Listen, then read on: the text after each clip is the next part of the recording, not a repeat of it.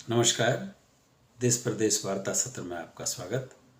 आज की वार्ता का विषय है सद्भाव का बिगड़ता माहौल सरकार के लिए बड़ी चुनौती। गरीबी, महंगाई, बेरोजगारी, भ्रष्टाचार जैसे गंभीर समस्याओं से ग्रस्त इस देश में एक समस्या नए रूप में व्यापक होते जा रही है, नया विस्तार ले रही है।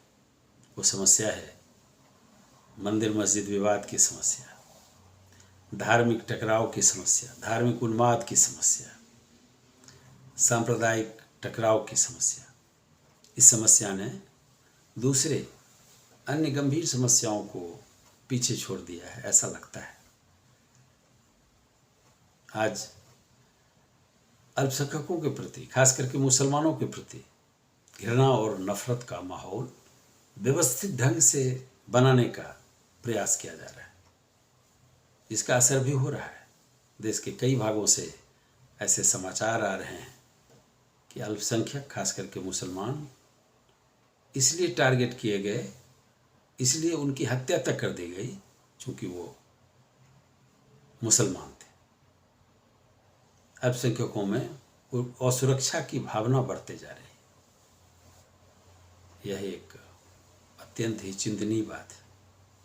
भारत अपने को महान प्रजातंत्र कहता है भी एक ऐसा देश जिसने आज़ादी के साथ एक व्यक्ति एक वोट की बात सार्वभौम वयस्क मताधिकार के तहत लागू किया।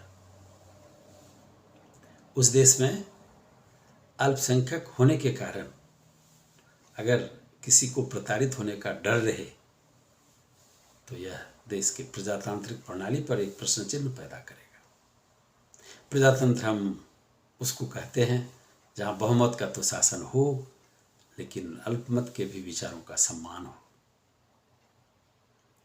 आज जबकि देश में विकास की बात भी मजबूती से कही जा रही है, सबका साथ सबका विकास, भारत के प्रधानमंत्री श्री नरेंद्र मोदी जी ने कुछ ही दिन पूर्व अपनी जापान यात्रा के क्रम में भारतीय समुदाय के लोगों को संबोधित करते हुए ये बात भी कही थी कि भारतीय समुदाय के संस्कार समावेशक रहें।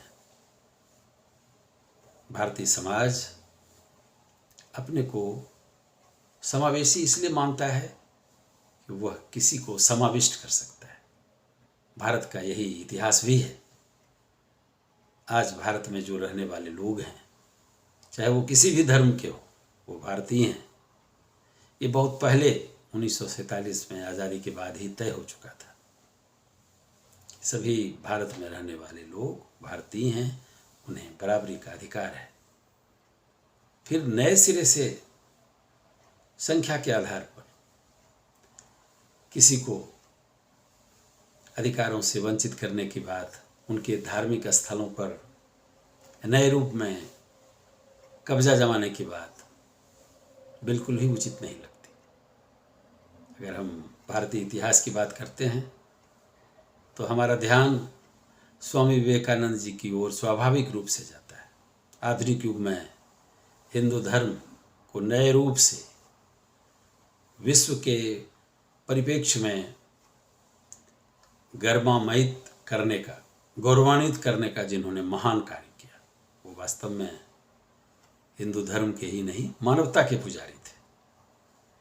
विश्व धर्म संसद जो शिकागो में आयोजित हुआ, अपने स्वागत भाषण के जवाब में जो उन्होंने कुछ बातें कही, वह हिंदू धर्म के बारे में, भारत देश के बारे में तो हमें संक्षेप में लेकिन बिल्कुल स्पष्ट रूप से बतलाता ही है।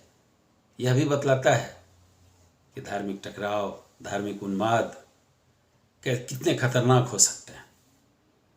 हम उन्हीं की बातों को यहाँ उद्धृत करते हैं। मुझे गर्व है कि मैं एक ऐसे धर्म से आता हूँ जिसने दुनिया को सहनशीलता और सार्वभौमिक स्वीकृति का पाठ पढ़ाया है। हम सिर्फ सार्वभौमिक सहनशीलता में ही विश्वास नहीं करते, बल्कि विश्व के सभी धर्मों को सत्य के रूप में स्वीकार करते हैं। मुझे गर्व है कि मैं एक ऐसे देश से हूँ जिसने इस धरती के सभी देशों और धर्मों से परेशान और सताए हुए लोगों को शरण दी है। यह है भारत। क्यों हम अपने को गौरवशाली समझते हैं, उसका उन्होंने जवाब दिया। आगे उनकी ही पंक्तियाँ, सांप्रदायिकताएं, कट्टरताएं और इसके भयानक वंशजों की हठधर्मिता ने लंबे समय से पृथ्वी को अपने शिकंजों में जकड़ा हुआ है। इन्होंने पृथ्वी को हिंसा से भर दिया है। कितनी बार ये धरती खून से लाल हुई, न जाने कितनी सभ्यताएं तबाह हुई हैं, कितने देश मिटा दिए गए। अगर ये भयानक राक्षस नहीं होते तो आज मानव समाज कहीं ज़्यादा उन्नत होता। ये स्वामी विवेकानंद जी की पंक्तियां हैं कि अगर ये भयानक राक्षस, कौन से भयानक राक्षस? सांप्रदायिकता रूपी भयानक राक्षस, कट्टरता जैसे भयानक राक्षस, तो आज मानव समाज कहीं ज़्यादा उन्नत होता। ये बात उन्होंने तब कही। अब हमें सोचना है, आज की पीढ़ी को सोचना है कि क्या हम सांप्रदायिकता को, कट्टरता को फिर से स्थापित करना चाहते? फिर देश का क्या होगा, विकास का क्या होगा, वास्तविक समस्याओं से उबरने का जो बड़ा प्रयास किया जा रहा है उसका क्या होगा? इन बातों पर गौर करने की जरूरत है। मंदिर मस्जिद का विवाद आसानी से सुलझाया जा सकता है। धर्म के लोगों पर ही इन बातों को छोड़ा जाना चाहिए। अगर उनमें कोई सुलह नहीं होता तो न्यायालय की बात को माननी चाहिए, लेकिन ये सिलसिला खत्म होना चाहिए। 1991 में ही जो पूजा स्थल विधेयक, पूजा स्थल अधिनियम बना, उनको लागू करने की जरूरत है। आखिर कब तक ये अंतहीन सिलसिला चलता रहेगा? आज जिस भी धर्म के लोग जिस भी रूप में उपासना करते हैं, भारतीय संविधान उनको इजाजत देती है। अयोध्या में राम जन्मभूमि विवाद के सुलझने के बाद पूरे देश में खुशी हुई, हर्ष का माहौल बना और ऐसा लगा कि वहाँ भगवान रामचंद्र का भव्य मंदिर तो बनेगा ही, साथ ही अब आगे कोई इस तरह के विवाद नहीं होंगे। इस विवाद पर एक पूर्ण विराम लगेगा। अब इस समझ को लागू करने की जरूरत है।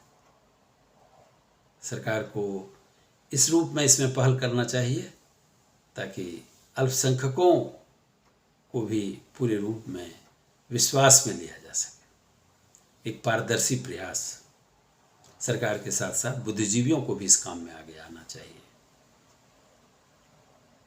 भारत का समाज एक समरस समाज था, है और आगे बना रहे।